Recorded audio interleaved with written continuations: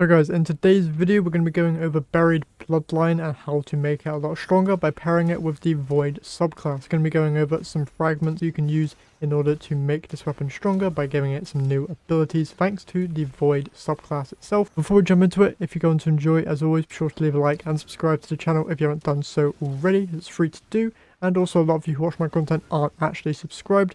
So if you could do that, super appreciate it, as we are getting closer to that 1000 sub goal. With all that out of the way, let's go ahead and jump straight into today's video. First of all, let's remind you guys on what Buried Bloodline actually does. So it double fires tracking bolts and landing bolts, leeches health from targets, and also has violent reanimation, where multiple final blows with this weapon grant devour to the wielder.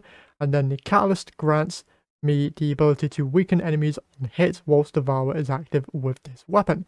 So in the gameplay, I'm using Briarbind as my exotic, not really using it too much though, but it's just a nice thing to have. You can pair any void based exotic with this weapon if you would like.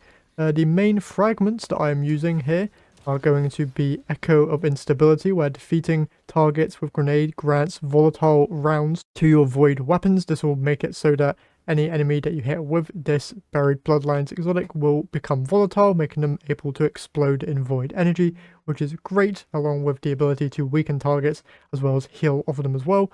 Also got Echo of Harvest, where defeating weakened targets creates an Orb of Power and a Void Breach, and then picking up a Void Breach or Orb of Power grants Devour thanks to Echo of Starvation. In the final slot here, I'm just using Echo of Obscurity, where finish final blows grant me invisibility for that increase in recovery, as well as some in survivability there with the invisibility procced. The aspects here, Feed the Void and Child of the Old Gods, nothing too special there. There are other fragments that you could use though.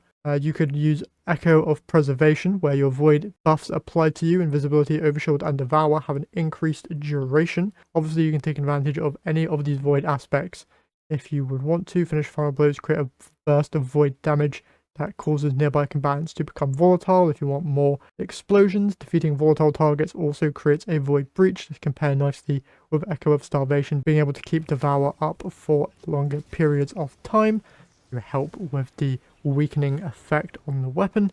Very strong build here, can help increase the power level of said exotic. And I gotta say, with this build on, it was actually quite a lot of fun being able to weaken stuff as well as make it explode. So if you guys have access to this weapon, definitely recommend testing out this stuff for yourself, figuring out what builds are best for you. But that's it for me today, so hope you guys enjoyed. If you did, remember to leave a like, subscribe, and I'll catch you guys in the next one.